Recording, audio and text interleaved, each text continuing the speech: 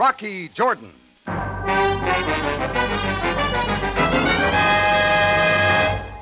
All I'd started out to do was say hello to an old friend. The hello was almost my goodbye, and not in an easy way. Then came a monkey that looked like a man, followed by a man that acted like a monkey, and before it was over, they'd almost made a monkey out of me. It seems that my fate was all tied up with the strange fate of Professor Joseph Amar.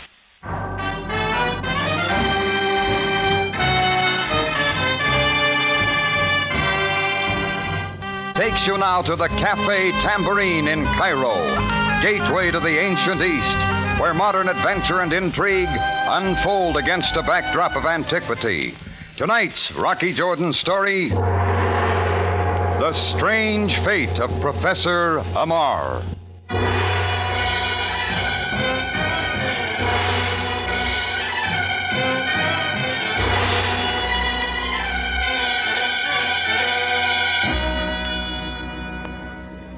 I had just helped a friend catch a train at the little Calliope station on the northern outskirts of Cairo when another train came in and made its last stop before pulling into the city. An elderly man with white goatee and carrying a briefcase stepped off the last car for a quick smoke. I hadn't seen him since the war. The 6 years seemed to have changed him. But I was sure it was my old friend, Professor Joseph Amar, chemical engineer. I hurried over for a word with him. Professor Amar, how are you? I beg your pardon? It's been a long time, hasn't it, Professor? A long time? May I ask? You are Professor Amar, aren't you? Why, that is my name. And you? Rocky Jordan, don't you remember? Back in Istanbul. Istanbul. Oh, yes, of course. Istanbul. It must be 6 years now. The train is leaving. I have little time. No, wait. Is that all you got to say to me? I am sorry. Permit me to return to my car. Goodbye. Sure, Professor. Goodbye to you. It had all the earmarks of a quick brush. Well, some people can change a lot in a few years. I turned my back and started to leave, but I didn't get far. The wild shouts from the crowd sent me running back. Effendi, sir. What is it? What happened? That man fell beneath the wheels of the train. He's surely dead, as you see. How did it happen? I do not know. His briefcase lies here. I'll take the briefcase, Buster. But Effendi... Give it to me. Sir, did I not see you talking to this unfortunate person but a moment ago? He's the same. Professor Joseph Amar. I hung on to Amar's briefcase, figuring to make a quick phone call to headquarters, but I didn't have to. Just then, the siren of a police car sounded outside, and a moment later, the crowd fell back for Captain Sam Sabaya. A stocky man in tweeds was with him, and a couple of uniformed men came behind. Jordan! I don't know how, Sam, but you made it awful fast. What is going on here? What is happening? Look on the track there, you'll see. So. Can anyone identify this man? Hey, I'll do it, Sam. Here's Professor Joseph Amar. Amar? Professor Amar? Are you quite sure, man? I spoke to him a couple of minutes ago. This briefcase is all that's left. I'll take that briefcase. Sam. Give it to Mr. Morby, Jordan. Ali, Ahmud, disperse the crowd at once. Come with us now, Jordan. Why, Sam? You see it all. At once, into the station house.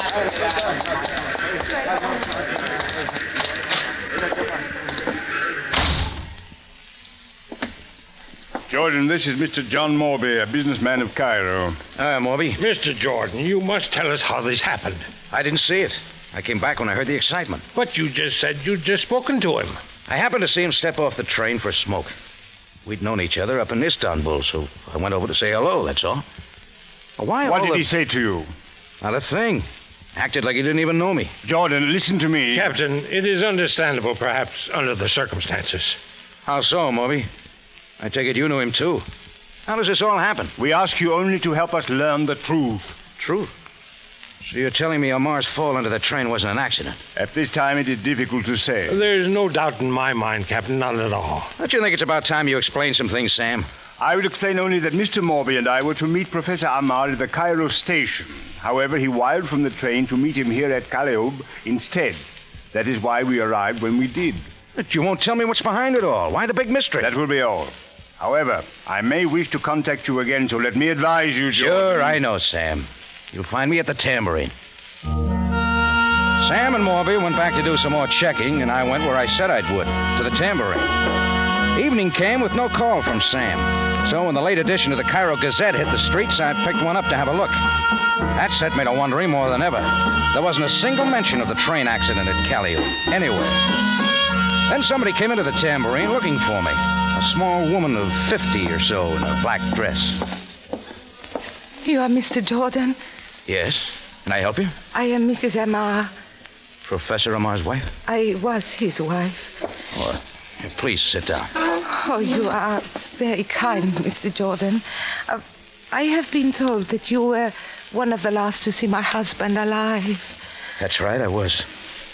Do you want me to tell you about it? Oh, no. No, Captain Sabaya told me all. I have been to identify my husband. But after what happened, it was so difficult. Mr. Jordan? Yes? Are you sure that it was my husband you saw? He said it was. I talked to him. Oh, very well. I only wanted to be certain.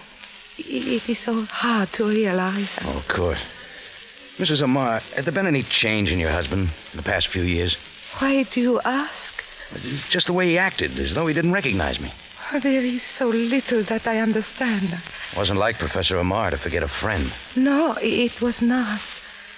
Well, I wish I had more to say, except that I'm sorry. The police don't think it was an accident. Do you, Mr. Jordan? I don't know. Now that I know my husband is dead, it does not matter. I will go now. Could I take you someplace, Mrs. Amar? Oh, no. No, please, Mr. Jordan. It is better that I be alone. I watched her go with the feeling I should be doing something. But what? Well, I sent the help home shortly after midnight and locked up. I'd been asleep in my room upstairs maybe half an hour when a sound brought me wide awake, a pounding at the front door. I threw on some clothes fast and went down through the cafe. Open up here. Open at once. The voice wasn't familiar. I got to the door, unlocked it, and swung it open. Several men in special uniform blocked the door, fronted by a guy waving a government-sealed envelope in my face. You are Mr. Rocky Jordan? Yeah. Now, what's the idea? Read, Mr. Jordan. A warrant issued by proper parties of the Egyptian government. Nobody needs a warrant Enough. to find me. Step out into the car at once. Where to? You will soon learn, and I warn you, Mr. Jordan, I have full authority to use whatever means necessary to I'll impress... spare you the fun. Come on, let's go.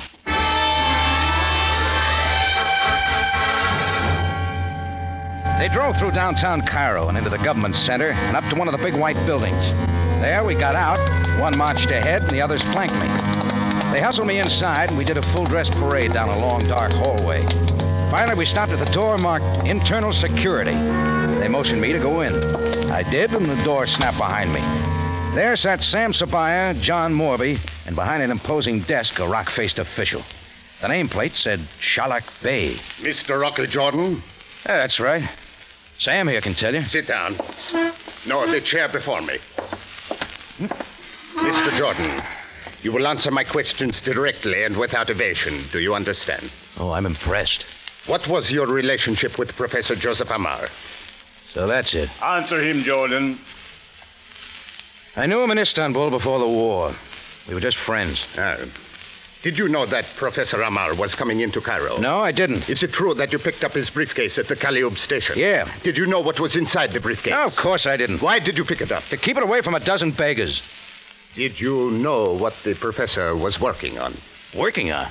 He didn't tell me anything. Did you have time to slip certain papers out of his briefcase and replace them with others? Hey, look, what is this? Are you putting the heat on me? Jordan. You could have told him, Sam, every bit of it. I'm asking you, Mr. Jordan. I didn't have time to open the briefcase, and I wouldn't if I had. And you insist that you did not know that the professor has been doing some work for Mr. Moresby. It's all news to me. Are you quite sure it was Professor Amar with whom you talked? Oh, that one again. His wife was asking me the same thing. His wife? Why, this is ridiculous. She came to my cafe this evening. What's wrong with that, Morby? Only one thing. Professor Amar had no wife. I am wondering if we can believe anything you say, Mr. Jordan. Shark Bay, with your permission, I think it is time that Jordan knew of the gravity of this affair. Proceed, Captain, if he does not already know. Jordan, as you've been told, Professor Amar was doing some research work for Mr. Morby at his plant near Alexandria. But Professor Amar was also doing some work entirely on his own, the development of a new jet fuel which would increase the distance of a jet plane by at least 12%. Oh, I see. Amar notified Mr. Morby of his discovery, hoping to get financial help in his research. Yesterday, he wired Morby that he was coming to Cairo, bringing data of his findings with him. But he never got here. He was killed. And the papers we found in his briefcase were phony. Obviously switched after the professor's death. So what are you trying to do, Morby? Plant it on me? Of course, you know that I posted a reward of $10,000 for the return of those papers and information leading to the solution of his murder. Nobody told me. Shall we continue with the questioning now, Mr. Jordan? There's nothing more to tell. Enough of this. We have other methods of getting information. All right, use them then, Sherlock Bay. Either book me or let me out of here. I think I will let you go, Mr. Jordan. Oh, little cat and mouse, huh? Well, let me tell you this. Don't plan to put anybody to follow me around, because I don't like it. Indeed. You will do well, Mr. Jordan, to concern yourself with graver problems. Think about it. Think most carefully. Tonight's adventure with Rocky Jordan. And now we take you back to Cairo, and tonight's Rocky Jordan story, The Strange Fate of Professor Amar.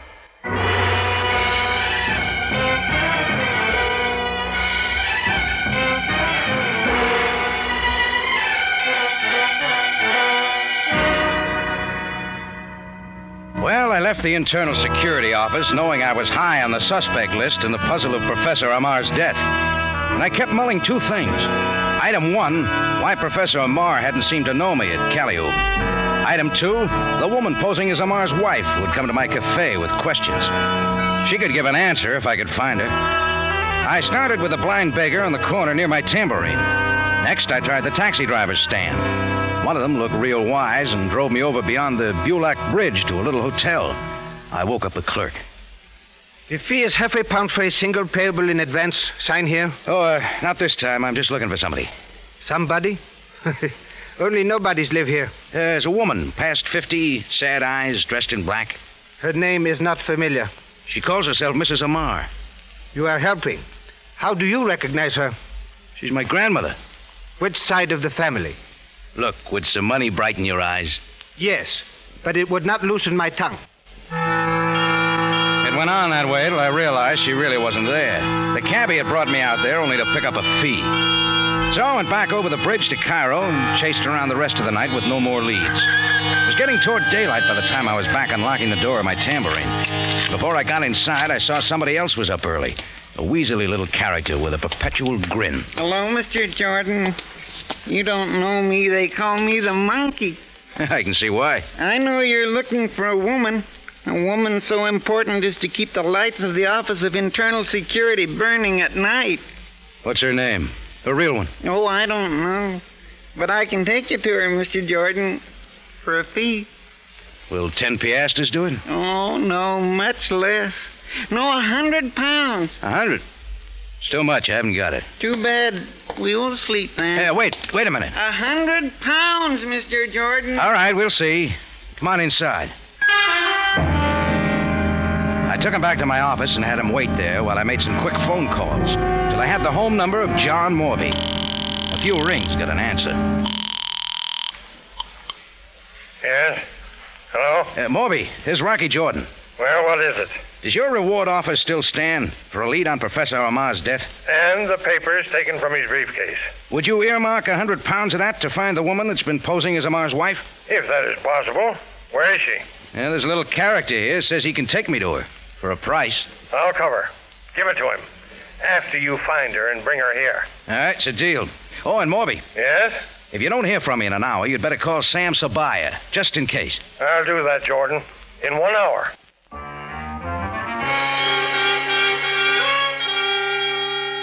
I took the 100 pounds from my safe, kept it in my pocket, and we were off with the little fellow leading the way. He rambled through the side streets for a long way till we were through the walls into Old Cairo. I watched for trouble along the deserted passageways, but none came. Finally, he turned into a ramshackle dump that even the termites had given up.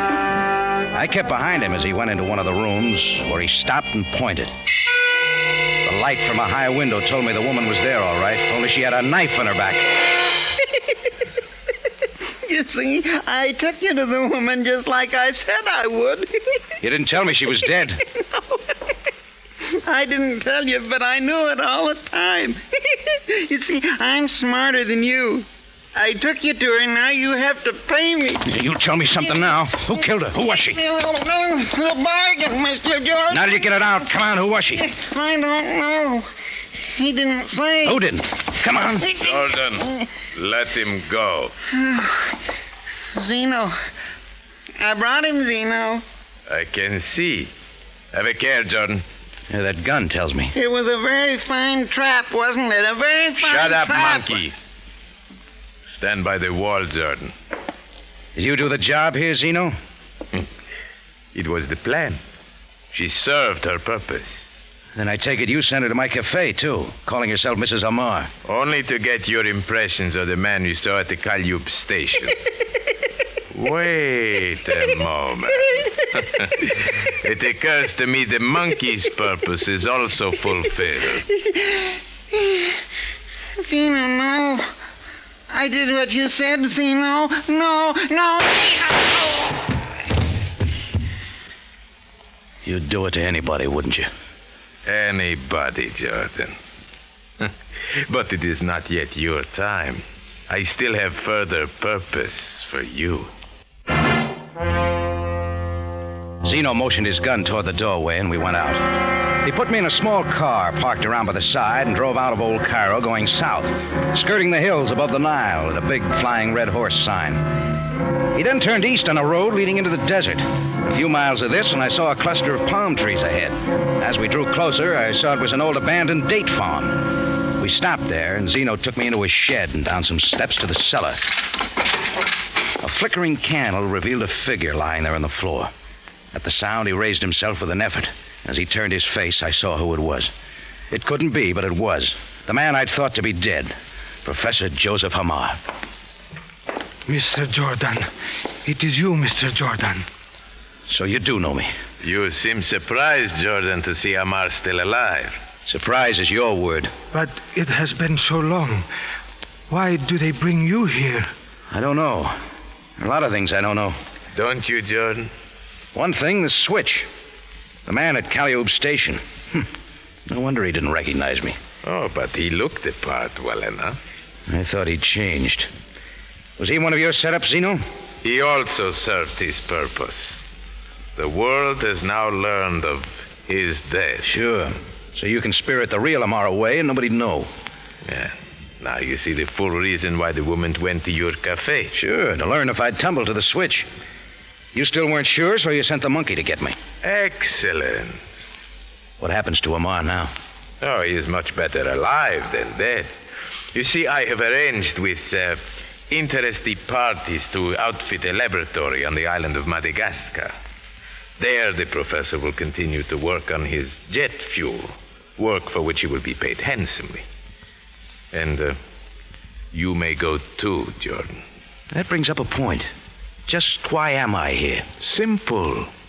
First, to convince Professor Amar that the authorities consider him dead and are not looking for him. Second, because he has too little regard for his own life.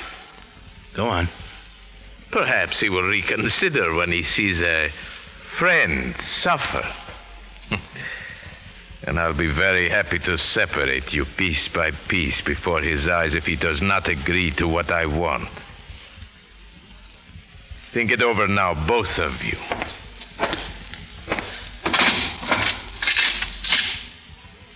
Mr. Jordan, I did not know.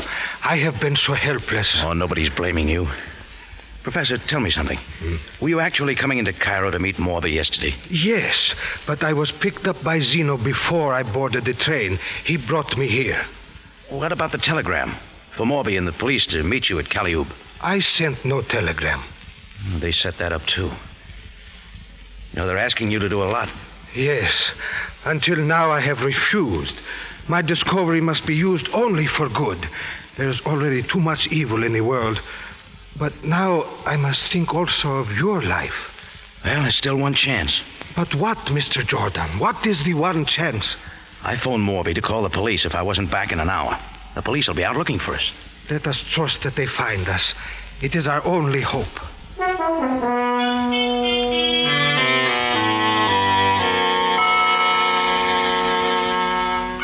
We waited there in the cellar, hanging to that one hope.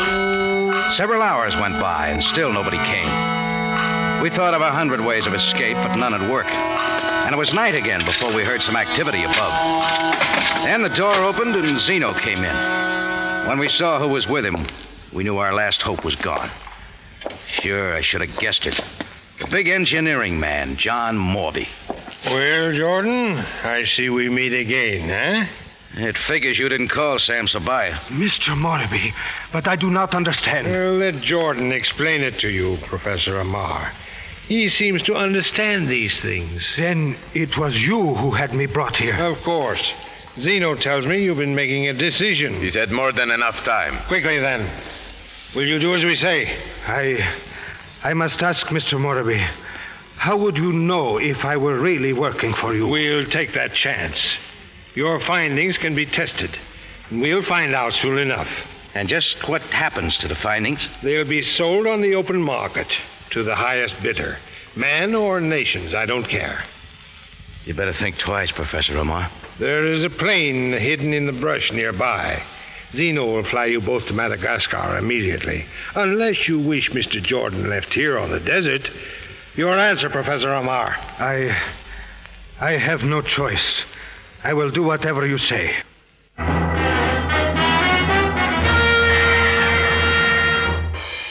In just a moment, Rocky Jordan returns to conclude tonight's story. Back now to Rocky Jordan for the conclusion of tonight's story.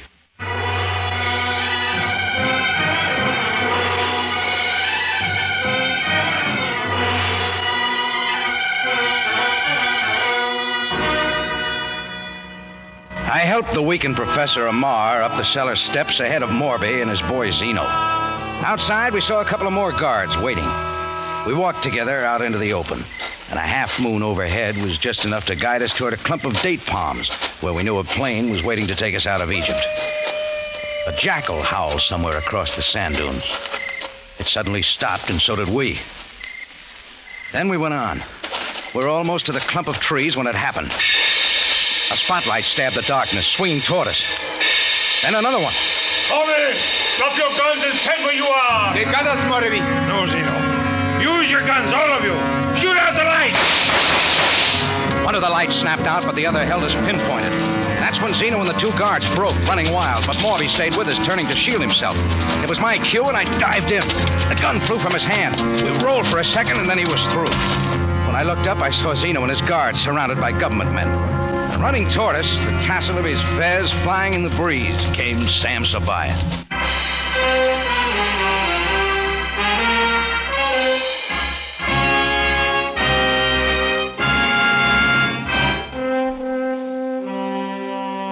Sometime later that night, after we'd gotten the shaken Professor Amar to a hospital for treatment and rest, I was back in the office of Internal Security, along with Sam and the official, Shalak Bey. Now, Mr. Jordan, in behalf of the Egyptian government... Oh, skip it, Shalak Bey. I know I look bad from where you sat. Nonetheless, we know now that you had nothing to do with this affair, at least at the beginning. Well, it just happened I was at the Calliope station and saw the fellow made up like Professor Amar. It had Morby worried, so he finally had Zeno pick me up and make some use of me, to make sure the real Professor Amar carried out his orders. It is fortunate that his formula for the new jet fuel has been recovered from such a man as Mr. Morby. And now you clear something up, Sam. Did Morby actually call you this morning? Why, no, Jordan. And how did you find us out in the desert? But was that not your idea? I don't follow. Your warning, Mr. Jordan, that I should not have you followed. It seemed like an excellent idea. So you had me tailed all the way. You sure took your time about moving in. Our apologies. But now, sir, our congratulations. What's the joker this time? The reward, Jordan. Posted by John Morby himself. Can you think of anyone else it should go to? No, Sam. Can you?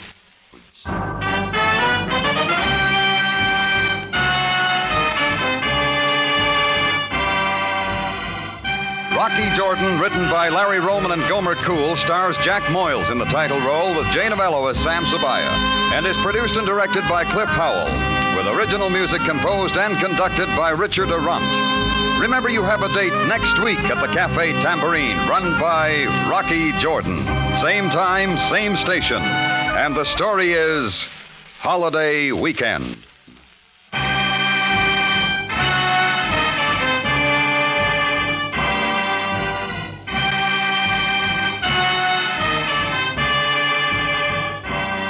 Larry Thor speaking. Rocky Jordan is presented over CBS, the Columbia Broadcasting System.